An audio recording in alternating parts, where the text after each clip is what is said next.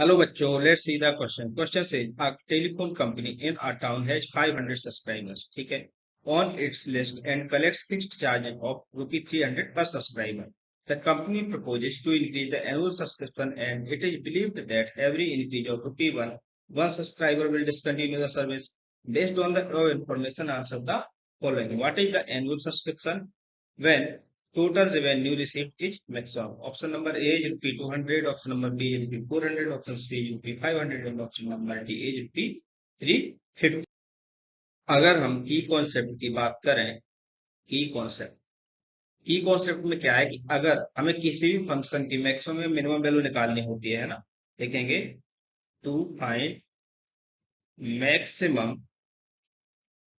और minimum value of any function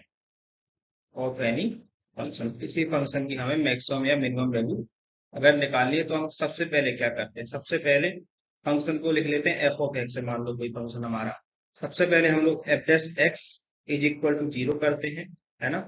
फिर second step क्या होता है? Find X on which F dash X is equal to 0। ठीक है, फिर थर्ड में क्या होता है कि हम लोग एफ डबल डैश एक्स का साइन पता करते हैं। इसका साइन कैसा आ रहा है, किस किस पर आ रहा है साइन, कैसा इस एक्स पर कैसा साइन आ रहा है, प्लस आ रहा है या negative? F double dash x अगर ग्रेटर देन 0 होता है, इसका मतलब क्या हुआ? एफ एक्स क्या हो जाएगा? मिनिमम हो जाएगा, ठीक है ना। और अगर एफ डबल डैश एक्स हमारा लेस देन 0 हुआ, इसका मतलब क्या हो जाएगा? एफ एक्स हो जाएगा हमारा मैक्सिमम।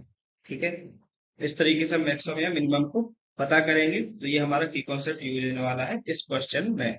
ठीक है, अगर हम बात करें टोटल रेवेन्यू की, अगर कंपनी मान लो एक्स सब्सक्राइबर एक्स रुपी बढ़ाती है तो एक्स सब्सक्राइबर कम हो जाते हैं, तो टोटल रेवेन्यू क्या बनेगा? 500 माइनस एक्स, मतलब सब्सक्राइबर्स जितने हैं और जितनी हमारी इनकम आ रही है, मतलब 300 प्लस एक्स, दोनों का मल्टीप्लाई हो जाएगा, तो ये हमारा टोटल रेवेन्यू बनेगा। तो यहाँ से अगर हम आर इज इक्वल टू निकालें तो कितना बनेगा? 15 इंटू 10⁴ और ये होगा प्लस का 200x माइनस का एक्स स्क्वायर। ठीक है, ये तो हमारा टोटल रेवेन्यू हुआ।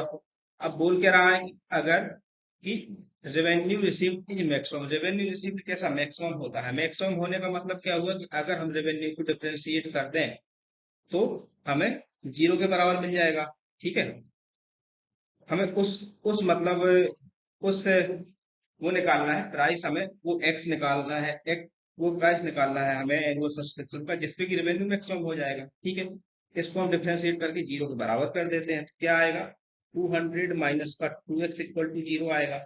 x इक्वल टू कितना आया? यहाँ से 100 रुपी आया। x इक्वल टू 100 आया, लेकिन ओरिजिनल प्राइस कितना था? 300 था। तो हम लोग क्या बोलेंगे कि वेन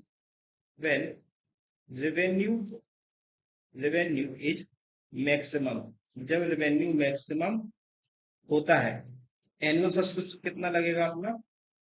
एनुअल सब्सक्रिप्शन कितना हो जाएगा? ये हो जाएगा 300 प्लस एक्स, है ना, क्योंकि हमने एक्स रुपी बढ़ाया है, तो कितना आ जाएगा? ये 400 आ जाएगा।